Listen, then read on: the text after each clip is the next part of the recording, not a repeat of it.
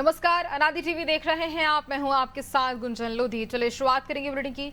मुख्यमंत्री नायब सिंह सैनी ने केंद्रीय बजट 2026-27 को जोरदार स्वागत करते हुए इसे विकसित भारत के संकल्प को सिद्ध करने वाला ऐतिहासिक दस्तावेज करार दिया है। बजट की सराहना करते हुए उन्होंने कहा है कि ये रफ्तार, क्षमता और सबका साथ के विजन पर आधारित है, जो भारत को तीसरी सबसे बड़ी अर्थव्यवस्था बनाने की दिशा में निर्णायक कदम है। हरियाणा के लिहाज से मुख्यमंत्री ने कई महत्वपूर्ण घोषणाओं को गेम चेंजर बताया। उन्होंने कहा कि राखी गढ़ी सहित 15 पुरातात्विक स्थलों के विकास से प्रदेश की विरासत को वैश्विक मंच मिलेगा। किसानों के लिए खुशखबरी देते हुए उन्होंने बताया है कि जल भराव और लवणीय भूमि के सुधार के लिए केंद्रीय सहायता हरियाणा के कृषि क्षेत्र के लिए वरदान साबित होगी। गुरुग्राम को लेकर मुख्यमंत्री ने कहा, एआई और क्वांटम मिशन में निवेश इसे ग्लोबल टेक हब के रूप में नई ऊंचाई देगा। साथ ही 12.2 लाख करोड़ के पूंजीगत व्यय और एमएसएमई के लिए 10,000 करोड़ के प्रावधान से हरियाणा के औद्योगिक गलियारों को नई उड़ान मिलेगी।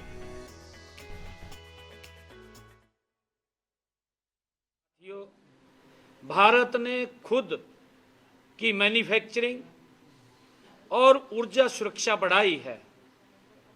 मुझे खुशी है कि इस बजट में, जिससे विदेशों से सामान मंगाने की निर्भरता भी कम होगी, बजट में एमएसएमई और के क्षेत्र में 10,000 करोड़ रुपए का प्रावधान जैसे औद्योगिक राज्य के लिए अत्यंत लाभकारी ये सिद्ध होगा। इससे हमारे हरियाणा प्रदेश को भी, चाहे फरीदाबाद हो, गुरुग्राम हो, पानीपत हो, लाभकारी सिद्ध होगा। जैसे औद्योगिक केंद्रों में नई जान आएगी और युवाओं के लिए रोजगार के व्यापक अवसर खुलेंगे। इस बजट में सेमीकंडक्टर हब के लिए 40,000 करोड़ रुपए और बायो फार्मा सेक्टर की मजबूती देना, ये भारत को तकनीकी महाशक्ति बनाएगा। हमें खुशी है कि इस बजट में Delhi Varanasi high speed rail corridor की घोषणा और 5 क्षेत्रीय मेडिकल हब बनाने का निर्णय इंफ्रास्ट्रक्चर और स्वास्थ्य सुविधाओं में क्रांतिकारी बदलाव लाने का काम ये बजट करेगा।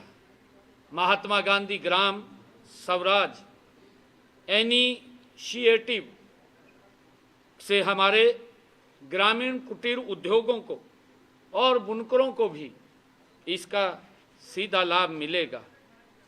साथियों, पिछले 12 सालों में भारत की अर्थव्यवस्था स्थिर रही है और बजट का 3 आयामी दृष्टिकोण, आर्थिक विकास हो, आकांक्षाओं की पूर्ति हो, सबका साथ समाज के हर वर्ग को सशक्त बनाएगा। साथियों, जबकि 15 पुरातात्विक स्थलों के विकास से हरियाणा की ऐतिहासिक धरोहरों जैसे राखी गढ़ी को वैश्विक पहचान मिलेगी। साथियों, साथ ही एआई और क्वांटम मिशन में निवेश गुरुग्राम को ग्लोबल टेक हब के रूप में और मजबूती देगा। साथियों, विशेष रूप से गुरुग्राम, पंचकुला जैसे शहरों में आईटी और एआई सेंटर्स को नई गति मिलेगी। राष्ट्रीय राजधानी क्षेत्र में लॉजिस्टिक हब के विकास और बुनियादी ढांचे के लिए पूंजीगत व्यय में वृद्धि से हरियाणा में निवेश के नए द्वार खुलेंगे और रोजगार के अवसर पैदा होंगे। साथियों, महिलाओं के कौशल विकास और लखपति दीदी जैसी योजनाओं के विस्तार से हरियाणा की मातृशक्ति आर्थिक रूप से और स्वावलंबी बनेगी। साथियों, यह बजट भारत को विश्व की तीसरी सबसे बड़ी अर्थव्यवस्था बनाने की दिशा में एक निर्णायक कदम है। साथियों, हरियाणा सरकार इस बजट के प्रावधानों को धरातल पर उतारने और अपने राज्य के प्रत्येक नागरिक तक इसका लाभ पहुंचाने के लिए पूरी तरह से कटिबद्ध है। बजट में देश में बड़े टेक्सटाइल पार्क बनाने तथा 7 हाई स्पीड रेल कॉरिडोर बनाने का प्रावधान भी इसमें किया गया है।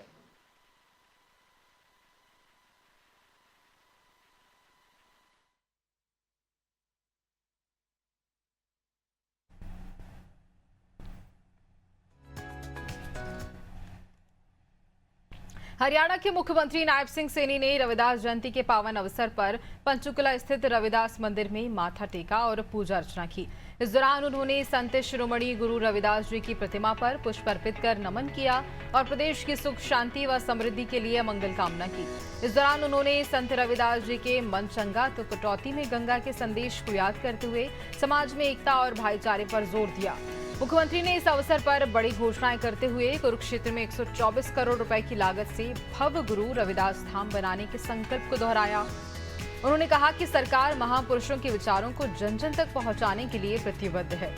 सैनी ने अनुसूचित जाति के कल्याण के लिए नौकरियों में आरक्षण और विभिन्न योजनाओं का जिक्र करते हुए अंत्योदय की भावना को सर्वोपरि बताया। तो देखिए, कार्यक्रम होता है और इस कार्यक्रम के बीच मुख्यमंत्री पहुंचते हैं। साथ ही उन्होंने पूजा अर्चना की, प्रदेश की सुख समृद्धि की दुआ भी मांगी। गुरु रविदास धाम बनाने के संकल्प को भी दोहराया गया। रविदास मंदिर मुख्यमंत्री नायब सिंह पहुंचते हैं, जहां रविदास जी की प्रतिमा पर पुष्प अर्पित किए उन्होंने।